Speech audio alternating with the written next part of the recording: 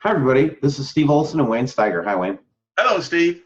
You just smucked yourself right into the GNN network in the Steiger Olson report. And Wayne, I love this story because this is really underscoring the digital revolution, in my opinion. Go ahead. Tell us. Boy, you just nailed it right on the head there, Steve, because you articulated exactly what the problem is. Mhm. In essence, the elites have finally come to the epiphany that the digital revolution was not their friend. And Steve, I believe that here in the United States, we live under the United States Constitution. And under the United States Constitution, we have certain articles, and within those articles give certain inalienable rights to each citizen of the United States. That's the thing that we have. And one of those rights is the freedom of speech, right? Yeah, and you could say that the internet is a form of press, so I would go with the First Amendment as well. Exactly. It is definitely the First Amendment. Right. Well, I'm going to just read you the first paragraph in there, and you think if this is not troubling. As the forces of reaction outpace movements predicted on the ideal of progress, let's define that sentence, and as traditional norms of political competition are tossed aside, oh boy, that's a mouthful. Yes. It is clear that the internet and social media have succeeded in doing what many feared and some hoped they would. They have disrupted and destroyed institutional constraints on what can be said, when and where it can be said, and who can say it. Yay. Well, let's get the red, white, and blue going on this one. I don't know. Did I just read? Okay, let's just dissect what we just read there. As the forces of reaction. Now, who are these forces? Forces of reaction, yeah. Yeah, that's what I want the author. He never does actually define. I guess we're a force of reaction. I think GNN is a force of reaction.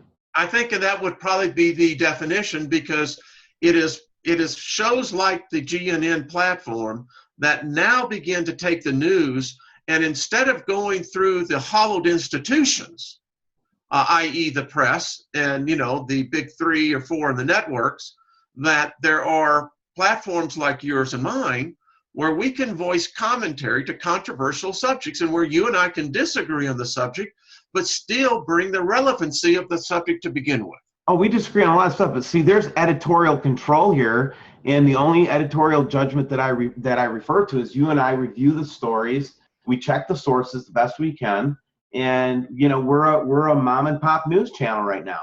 But here's the thing, and you be the mom, I'd be the pop. But just kidding. But the point that I'm making is that the reason that channels like ours are succeeding, or Next News Network, or any of these kind of exploding YouTube channels and stuff, the only reason that we're exploding is this very thing. This tool, this medium has destroyed the institutional constraints. And who gave the institutions the editorial control in the first place? And that's what this article really is about. They are now deathly afraid of people like you and I and many others that are taking the internet. And we are not only challenging the norm, they're very much afraid of right here, of how many people begin to hear what you and I say and others that are not within these, again, these hollowed so-called institutions. Well, and then what they're going to do is they're going to try to define everything that is contrary to the institutional dialogue to be hate speech. And that's their tactic. And it's like, it's like the way that they've misused the RICO Act, which is that gangster act, okay, basically. And they apply it to the most ridiculous things like worker strikes, you know what I mean? RICO statutes.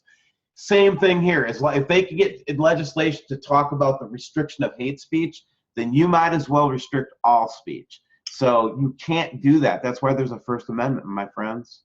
That's why. Well, there is, and that door swings both ways. Listen, I don't like what I hear a lot of times coming from one political pundit or the other. Oh, I hate it. I hate what my enemies make videos about me and stuff. I don't like it. Yeah. Totally, they hate me. That They could be hate my, considered hate speech. yeah. Seriously, I mean, character assassination. But this is the point. In one aspect, you got to say, well, you know, if on politics, public policy, that if you cannot express an opinion that counters to what is considered to be acceptable norms, wow, you know, if this goes too far, potentially left or right, you could be arrested for it. Well, again, that's what we're not going to tolerate. I'm not going to tolerate it. There's a lot of people like us that aren't going to tolerate it. And I think that as much, look, guys, man, I know this goes back to this.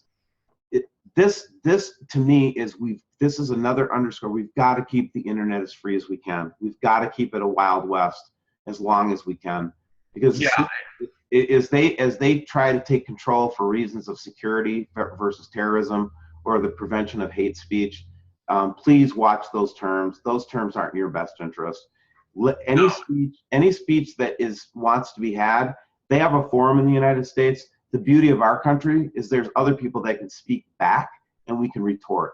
So if I got a Nazi on my street corner, I can go out and say, Mr. Nazi, let me tell you what your Nazis did. Now shut up. We can do both ways. We can have two-way communication in this country. And that means that people's views that are ridiculous or wild will not be heard in the public realm because people won't care and won't want to look at it. Okay?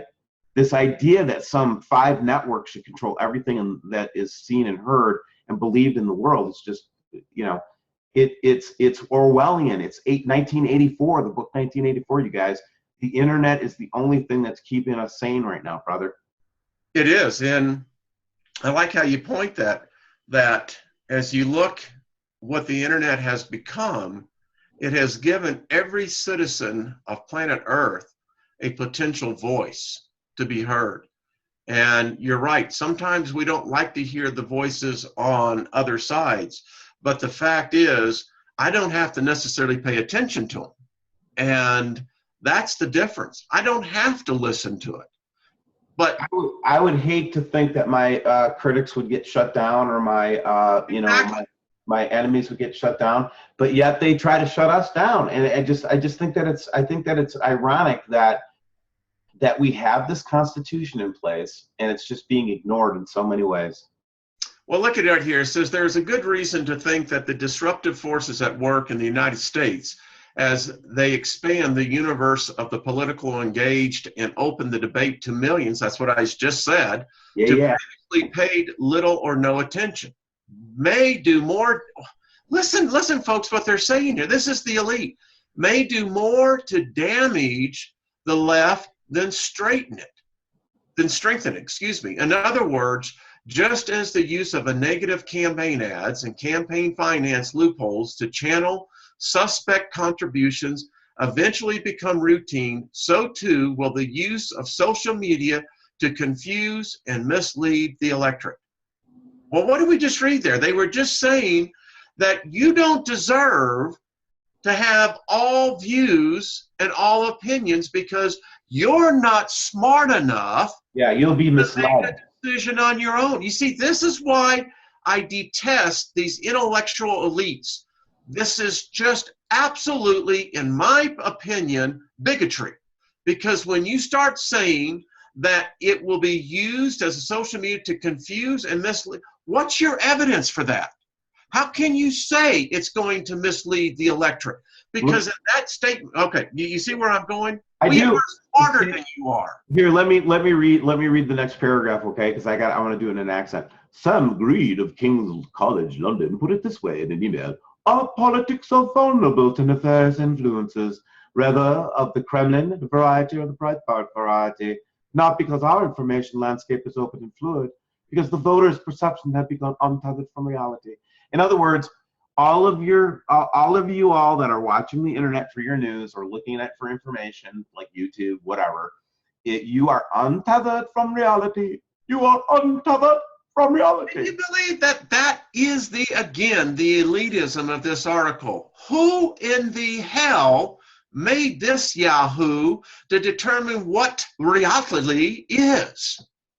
And I noticed that he said of the Breitbart variety. Now, That I'm would sure be that there are no left-leaning views on that one.